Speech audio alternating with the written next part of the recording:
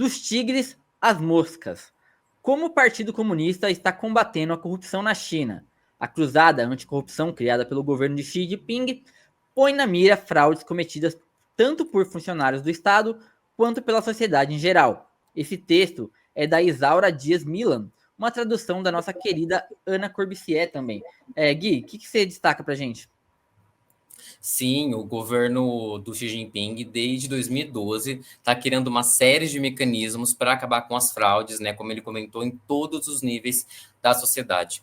Nas últimas semanas, houve notícias de expulsões do Partido Comunista e também de outras corporações, instituições do Estado, ok? Vou citar algumas aqui, ó, como da indústria da aviação da China, da Corporação Nacional de Petróleo e do Banco Industrial e Comercial. Então, são pessoas que estão sendo acusadas de suborno, geralmente, mas existem vários crimes, e o governo tem agido para acabar com essas práticas, né? E como que eles estão fazendo isso? Existe uma comissão nacional de supervisão.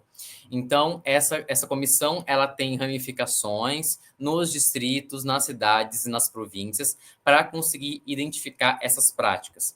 E, além disso, tem um outro órgão chamado Skynet, olha que nome interessante, que procura e captura fugitivos em outros países. E em 2024, em 11 meses, foram 1.306 fugitivos capturados e 12 bilhões de reais recuperados. É importante também a gente falar um pouco sobre isso, que é um assunto muito interessante, gente.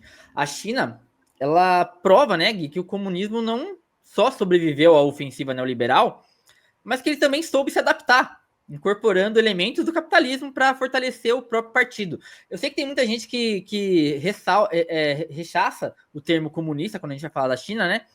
Mas é interessante saber que o comunismo velho lá, como a gente tem nas lendas do bicho-papão, né? O comunismo que come criancinha, isso aí morreu, gente. Então, o seu Paulo, ontem, numa conversa que a gente teve antes da live, foi bem interessante. Ele falou, né, que ele queria muito conhecer a China, porque é o comunismo moderno, é o comunismo que deu certo, é o comunismo que pode criar uma feição para as esquerdas no mundo de como criar uma alternativa.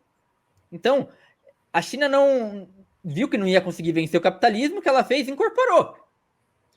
É um socialismo que incorpora essa questão do comércio, né, Gui?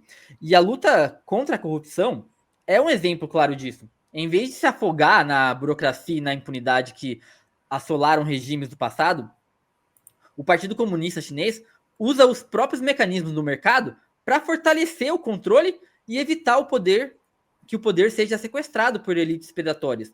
Diferente do Ocidente, onde a corrupção é normalizada como parte do jogo político. Na China, os tigres e moscas caem sem distinção, mostrando que ninguém está acima do partido e da disciplina socialista. Mas há um paradoxo aí, Gui.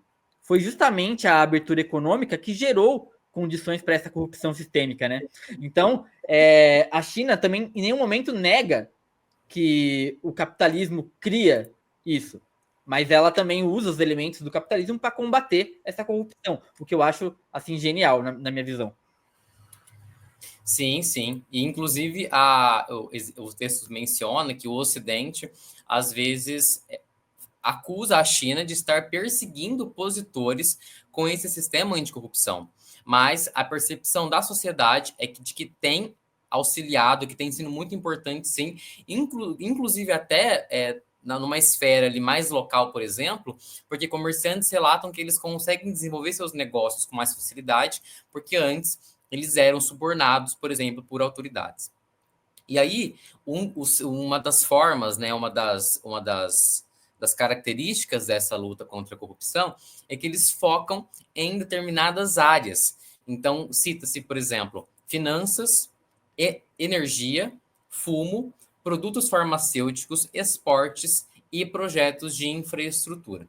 Então, o governo foca nessas áreas, né, fica com o olho mais atento nesses campos para conseguir combater, porque sabe que ele pode ocorrer com mais facilidade essas fraudes.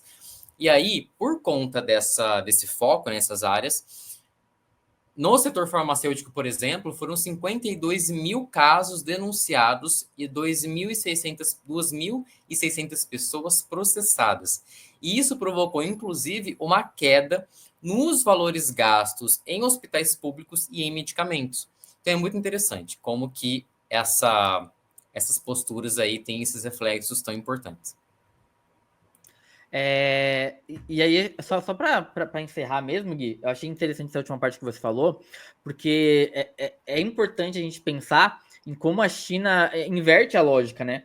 Porque ela, em outras palavras, usa o comunismo chinês, que aprendeu a domar o capitalismo, para inverter essa lógica, né? Tipo, é o comunismo que está predando o capitalismo em favor de combater essas lógicas. Então, assim, quando você coloca dentro do jogo essas empresas, eles têm como vigiar isso de perto.